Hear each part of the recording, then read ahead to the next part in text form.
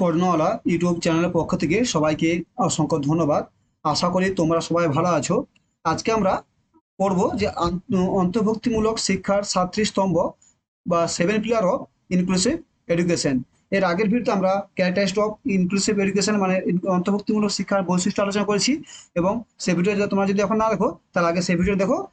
তার আগে আমরা বলেছিলাম ইনক্লুসিভ এডুকেশন কাকে বলে। তা আজকে আমরা আলোচনা করবো 7 পিলার অফ ইনক্লুসিভ এডুকেশন বা অন্তর্ভুক্তিমূলক শিক্ষা 7টি স্তম্ভ। তো এই টপিকটা সিডিপি, সিটেট ও ডব্লিউবিটেটে তোমার 5 নম্বর করে আছে। ঠিক আছে, এখানে তোমাকে মেনলি যে যে টপিকগুলো আছে আমি তোমাদের সবই করাবো। যে সিলেবাস যা যা আছে মেনলি এখানে অন্তর্ভুক্তিমূলক শিক্ষা থেকে প্রতি 1-2 নম্বর আসবে টোটাল থেকে। হ্যাঁ, তাই ভালো করে পড়াশোনা করো, জিনিসটা কনসেপ্ট ক্লিয়ার করো। এখন সিডিপি তোমার বিশেষ করে সিটিএড এবং ডব্লিউটেড যে যে কোশ্চেনগুলো আছে সব কনসেপ্ট বেরিয়ে এসেছে, তোমার ফ্যাক্ট নয় যে হ্যাঁ কে বইটা লিখেছে, পেঁয়াজের থিওরি কি, ভাইগস্ট থিওরি কি, কোলবাগের থিওরি এরকম আসছে না। এসে তোমার তার ভিডি রিলেটেড স্টেজের গুলো, তার প্রতি স্টেজের বৈশিষ্ট্য কি সেগুলো আসে। তাই ভালো করে পড়াশোনা করো। আর যে তাহলে বলা যাক কি আছে প্রথমে অন্তর্ভুক্তিমূলক শিক্ষার বৈশিষ্ট্য। ঠিক আছে, 7টি স্তম্ভ কি আছে অন্তর্ভুক্তিমূলক শিক্ষার। অন্তর্ভুক্তিমূলক শিক্ষার 7টি স্তম্ভ, 7 পিলার অফ ইনক্লুসিভ এডুকেশন। প্রথম আছে ইনভলভমেন্ট মানে অংশগ্রহণ। দুই আছে নো ডিসক্রিমিনেশন মানে কাউকে বাদ না দেওয়া। যে এখানে আছে নো ডিসক্রিমিনেশন আছে কোলাবোরেশন মানে একযোগে কাজ করা, কোলাবোরেশন। সি আছে লেভেলিং মানে একই করে নিয়ে যাওয়া, levelling. Universal design of school and society, universal design school and society আছে। সিনার্জি মানে সহযোগিতা, মানে কোঅপারেশন বা improvement of resource and improvisation of resource. কি বলছে এই তোমার 7টা আছে তোমার। তো অন্তর্ভুক্ত আছে 7টা।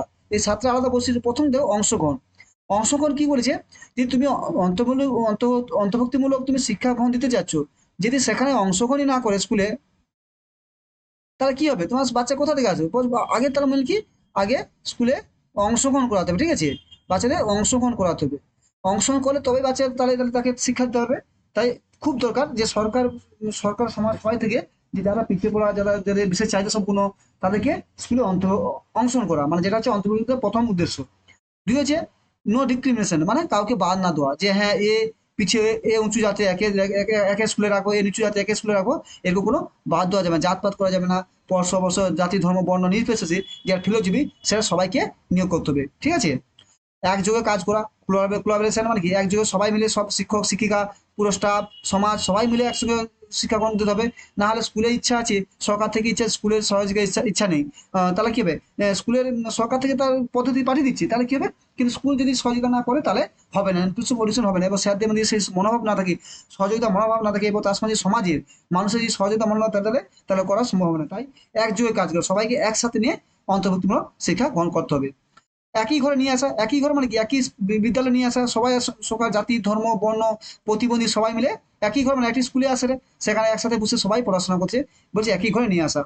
Universal design of school and society, universal design মানে কি উন্নত মানে যেটা সমাজের সব প্রযোজ্য, সেরকম তোমার তোমাদের স্কুলে যে এইটা স্কুল ও সমাজকে তৈরি করতে হবে। মানে কি তোমার ইউনিভার্সাল ডিজাইন মানে তোমার যে স্কুলটা এমন হবে যাতে সবার জন্য সমাজ শিক্ষা ব্যবস্থা গ্রহণের সুবিধা হয়। যেমন যারা প্রতিবন্ধী তার জন্য আলাদা বেঞ্চের জন্য ব্যবস্থা করবে, যারা পিছিয়ে পড়া তার জন্য সেই এমন সিট অ্যারেঞ্জ করতে হবে যারা সবাই ভাবে ব্ল্যাকবোর্ডে দেখতে পারে, উন্নত পদ্ধতি ব্যবহার করতে হবে, এবং সোসাইটিকেও উন্নত মনোভাব দিতে হবে। ইউনিভার্সাল মানে সবার জন্য ওপেন, ইউনিভার্সাল মানে সবার সবার জন্য ওপেন যেটা আছে সেটাই বলি সোসাইটি হতে হবে।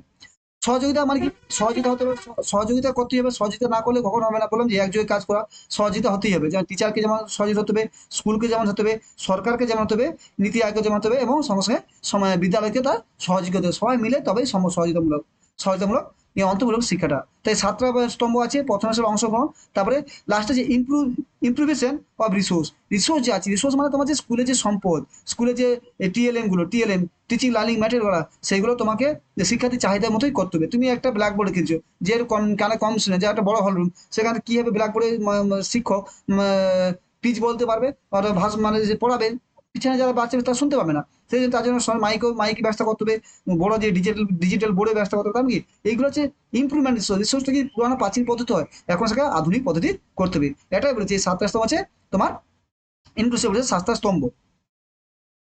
তা হচ্ছে অন্তর্ভুক্তিমূলক শিক্ষার প্রয়োজনীয় পরিষেবা সমূহ মানে necessary for service of inclusive education. বলছে কি এক হলো প্রতিবন্ধী শিশুদের জন্য প্রয়োজনীয় নির্দেশিকা কৌশল পরিকল্পনা করা, মানে যারা প্রতিবন্ধী তাদের জন্য প্রয়োজনীয় পরিষেবা দিতে হবে। তাদের কেউ যদি চলতে না পারে, তাকে তাদের হুইল চেয়ার ব্যবস্থা করতে হবে। যে কানে কম তার জন্য আলাদা তোমার ভিজুয়াল এটা ভালো করতে হবে, যাতে কি ইঙ্গিতে করতে হবে। তার মানে প্রতিবন্ধীদের শিশুদের প্রয়োজনীয় নির্দেশনা কৌশল বলে, মানে তার যে শিশুর কি প্রয়োজন, কোন শিশুর কি প্রয়োজন, সব শিশুর একই প্রয়োজন হয়। সেই প্রয়োজন অনুযায়ী তোমাকে কৌশলটাকে পরিকল্পনা করতে হবে, যে শিক্ষা যে এইটা তার পরিক্রমা তার শিক্ষার্থীদের প্রয়োজন অনুসারে। সবাই একই যাবো, কেউ তো সামনে বসে সে সহজে বোর্ডটা দেখতে পাচ্ছে, যে দূরে বসে সে বোর্ডটা কি হয় দেখবে। সেই জন্য কি তাহলে মাইকে ব্যবস্থা করে বোর্ডটা বড় করা হয়, তার জন্য যে সবার শিক্ষার্থী চাহিদা, কেউ তো সহজে, কেউ তো দেবে বড় করে অঙ্ক করতে ভালো লাগে, কেউ তো খাতায় করতে পারে, যে যার যেমন তাই হবে করতে হবে। এটাই অন্তত বি হলো শিক্ষাদানের বিষয়গুলি সঠিকভাবে নির্ধারণ করা। শিক্ষাদানের বিষয় মানে তুমি কি শিক্ষাদান দিবে তাদেরকে। তুমি কখনোই যে ক্লাস ওয়ানে পড়ে তাকে কখনোই ক্লাস টুয়েলভে শিক্ষা দেবে, বা যে ক্লাস টুয়েলভ পড়ে তাকে কখনো আবার আবার যে শিক্ষাগুলো কেমন, তার সমাজে কতটা কার্যকরী, এবং শিক্ষার মধ্যে যে সমাজে কোনো কাজই লাগছে না, এবং তাই জন্য কো কারিকুলাম অ্যাক্টিভিটি এখন শুরু করেছে। কো কারিকুলার অ্যাক্টিভিটি যেমন সে সমাজে পড়ার সাথে সাথে আর আদার্স জিনিসও কাজ করতে পারে, যাদেরকে সমাজ সঙ্গে নিজেকে ইন্টারাকশন সহযোগভাবে নিতে পারে। তিনি হচ্ছে পাঠ্যক্রমিক কার্যক্রমের পাশাপাশি স্ব-পাঠ্যক্রমিক কার্যকলাপ, যে বললাম যে কো-কারিকুলার অ্যাক্টিভিটি শুধু পড়লে হবে না, সাথে খেলাধুলা, বাগান পরিচর্যা, যে হোস্টেলে যারা থাকে তাদের জন্য সবকিছু পড়াশোনা, সকালে একটা টাইম থাকে থাকে এটা কো-কারিকুলাম, যাতে সমাজের সঙ্গে যাবে, সমাজের সঙ্গে তৈরি হয়ে আসবে। স্কুল স্কুল মানে এটি তৈরি প্রতিষ্ঠান, তাকে সামাজিক তৈরি প্রতিষ্ঠান। স্কুল থেকে এবার সবাই শিখবে এবং সমাজ যখন আসবে বেরোবে সবার কাছে সেটা প্রয়োগ করবে, তাহলে সুবিধা হয়। তাহলে পাঠ্যক্রম মানে পাঠ্যক্রমিক কাজ মানে যে বইতে আছে, বইতে তোমার সিলেবাস আছে, পরীক্ষা হয়। আর স্ব-পাঠ্যক্রম মানে বইয়ের বাইরে যেগুলো আছে, মানে সব আছে খেলাধুলা, স্পিটি, তারপরে তোমার যে বিনোদ, নাচ গান বাজনা, ড্রয়িং ইত্যাদি স্ব-পাঠ্যক্রমে জড়িয়ে। চার হচ্ছে নিয়মিত শিক্ষার্থীদের বাড়ির কাজ দেওয়া এবং সেগুলিকে সময়মতো সংশোধন করে না। তুমি শিক্ষার্থীকে হোমওয়ার্ক দিতে হবে, তাহলে কি হোম টাস্ক দেবে, তাহলে সে তোমাদের বাড়িতে করে আসবে এবং সেগুলো সময় মতো সংশোধন হয়। তুমি শিক্ষার্থীকে কাজ দিলে, সে তুমি বাড়িতে করে এলো, তুমি সেটা দেখলে না, তার মানে কি আলটারি শিক্ষার্থীর মধ্যে কি হবে, সে তার করার প্রতি ইচ্ছা থাকবে না, যে আমি এত কষ্ট করে করে নিলাম, চেষ্টা করলাম, স্যার দেখছে না খাতা। খাতা ঠিক মতো দেখতে হবে, তাই গুড ভেরি গুড দেওয়ার চেষ্টা করতে হবে। দেখো ছোট ছেলে দেখো সে গুড পাওয়ার জন্য তুমি খাতা তুমি না স্যার গুড দিন, মানে কি সে গুডটা নেবেই, তার কাছে ওইটা যে আমি করেছি, স্যার আমার খাতায় গুড লিখেছে, ভেরি গুড দিয়েছে, সেটাই তাদের কাছে এটা পুরস্কারটাই, ঠিক আছে। এই জন্য ভালোভাবে দেখতে হবে খাতাগুলো। পাঁচ হলো শ্রেণী শৃঙ্খলা যাতে বজায় থাকে তার জন্য প্রয়োজনীয় ব্যবস্থা হতে হবে। দেখা তো শ্রেণী শৃঙ্খলা বজায় রাখার প্রয়োজন, তুমি যে তাকে কঠোর নিয়মের মধ্যে একটু কথা বলে মারপিট বা শাস্তি এটা করা যাবে না। তোমার অন্তর্ভুক্তি শৃঙ্খলা বজায় থাকে, তোমাকে এমন ভাবে পড়াতে হবে যাতে তোমার যে পড়াটা তো শুধু একতরফা হলে হবে না, তুমি বলেই যাচ্ছ শিক্ষার্থী শুনেই যাচ্ছে এমন হবে। এমন পড়তে যে শিক্ষার্থী শিক্ষক একে অপরের সঙ্গে কোলাবোরেশন থাকে, মানে ইন্টারাকশন থাকে। আমি একটা শিক্ষক একটা অ্যান্সার দিচ্ছে, শিক্ষার্থীর সাথে সঙ্গে সঙ্গে তারটা যে বুঝে স্যার তার কোনো কোশ্চেন থাকে সঙ্গে সঙ্গে তাকে অ্যান্সার করছে, মানে তুমি মানে একটা রিয়েল থাকে যেন, মানে তুমি পড়াচ্ছ শিক্ষাটা হবে যাতে যে তোমার সাথে একঘেয়েমি না হয়, কখনোই বিশৃঙ্খলা সৃষ্টি হবে। তোমার পড়ার মধ্যে যদি কোনো ঠিকঠাক থাকে না, তোমার মধ্যে ক্যাপাসিটি না থাকে, তোমার স্কুল ক্লাস ডিস্টার্ব হবেই। এই যে তোমাকে সেই ক্যাপাসিটি কত এমন পড়াতে বাচ্চাদের তোমার সাথে ইনগেজ হয়ে যায়, মিশে যায়, এটাই বলেছে। তারপর কি হচ্ছে উপযুক্ত মূল্যায়ন ব্যবস্থা পরিচালনা করা, সঠিকভাবে মূল্যায়ন করতে হবে। CC competitive competitive competitive community evolution আছে, ঠিক আছে। সিসি ঠিকমতো ডায়াগনস্টিক আছে, ঠিক আছে। এগুলো সঠিক মূল্যায়ন ব্যবস্থা, যে সঠিক যদি মূল্যায়ন না হয়, যদি মূল্যায়নের মধ্যে যদি কোনো গড়বড় হয়, তাহলে মানে তার জন্য কিন্তু বাচ্চাটা তার মধ্যে আর ই হবে না। কেন অনেক সময় দেখি যে হয়তো কেউ ভালো করে মানে নোট করে নাম্বারটা পেয়ে গেছে, তার মানে কি হয় যে ফার্স্ট তার মধ্যে ইফেক্ট পড়বে, যে আমি কষ্ট করে পড়লাম না বলে সে না পেরে আমার থেকে আমার কাছাকাছি নাম্বার পেয়েছে। এই যে মূল্যায়নটা সঠিক হবে, মূল্যায়নটা হবে দেখতে হবে যে কোন লেভেলে মূল্যায়ন আছে, তার মূল্যায়ন উপযুক্ত, তার বেস্টটা হবে যেই ক্লাসের শিক্ষার্থী পড়ে সেই ক্লাসের বেস করে। নাহলে মূল্যায়ন তুমি পড়ে সিক্সে দিয়েছো টুয়েলভে, তাহলে কি আলটিমেটলি মূল্যায়নটা হবে না, মূল্যায়নটা সঠিক হতে হবে। প্রতি বছরের সামেটিভ, ফর্মেটিভ এবং যে লাস্টে হয় ফাইনাল পরীক্ষাটা ফর্মেটিভ এবং সেভ যেটা হয় তার ডায়াগনিস করা, তার মধ্যে ডায়াগনিস করতে হবে কেন, তার মধ্যে কি দুর্বলতা আছে সেগুলো মূল্যায়ন করতে হবে। মূল্যায়ন করা ব্যস্ত, মানে মূল্যায়ন করা আরেকটা ব্যস্ত হচ্ছে যে তোমার শিক্ষার্থী পড়ছে, পড়ার মধ্যে কেউ তো ধরে নিচ্ছে, তাড়াতাড়ি কেউ ধরতে পারছে না, তার পড়াটা না ধরার কারণটা কি সেটাও তোমাকে অনুসন্ধান করতে হবে। যদি যে ধরে যে মানে পড়া সহজে বুঝতে পেরেছে সে তো ভালো পারে, কিন্তু যে বুঝতে পারে না তার কারণটাকে তোমাকে অনুসরণ করতে হবে, যে এর এই পড়া যে পড়ালাম এর সম্পর্কে কোনো ধারণা আছে, বা সে যে পড়ছে বাড়িতে যে ততটুকু পড়ে না, বাড়িতে সেই পড়া পরিবেশ নেই, তাহলে তাকে তোমাকে সঙ্গে সঙ্গে তার মূল্যায়ন করতে হবে যে কেন হচ্ছে না। না শুধু শাস্তি দিলে হবে না।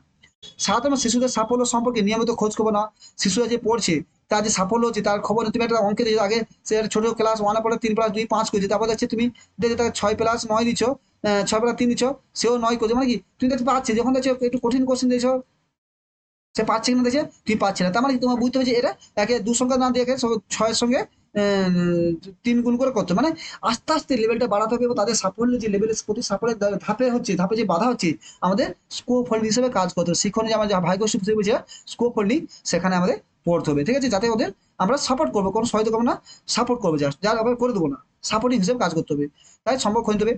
আর আঠে বলছে সঙ্গীত শিক্ষণের মাধ্যমে প্রতিবন্ধী শিশুদের শিক্ষার সুযোগ তৈরি করা।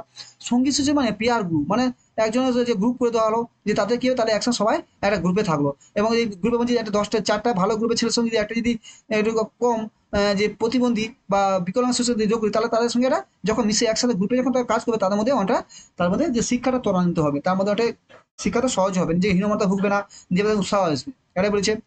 নয় যে অভিভাবকদের সঙ্গে নিয়মিত আলোচনা করা। শিক্ষক কি করবে, যে অভিভাবকদের সঙ্গে নিয়মিত আলোচনা করবে, যে সেখানে তার কতটা ইমপ্রুভ হচ্ছে, কেন হচ্ছে না, এবং তার কোথায় সমস্যা আছে, এগুলো নিয়ে আলোচনা করবে। 10 নম্বর, যে সমস্ত শিক্ষক শিক্ষিকা বিশেষভাবে প্রশিক্ষণ প্রাপ্ত তাদেরকে নিয়োগ করতে হবে।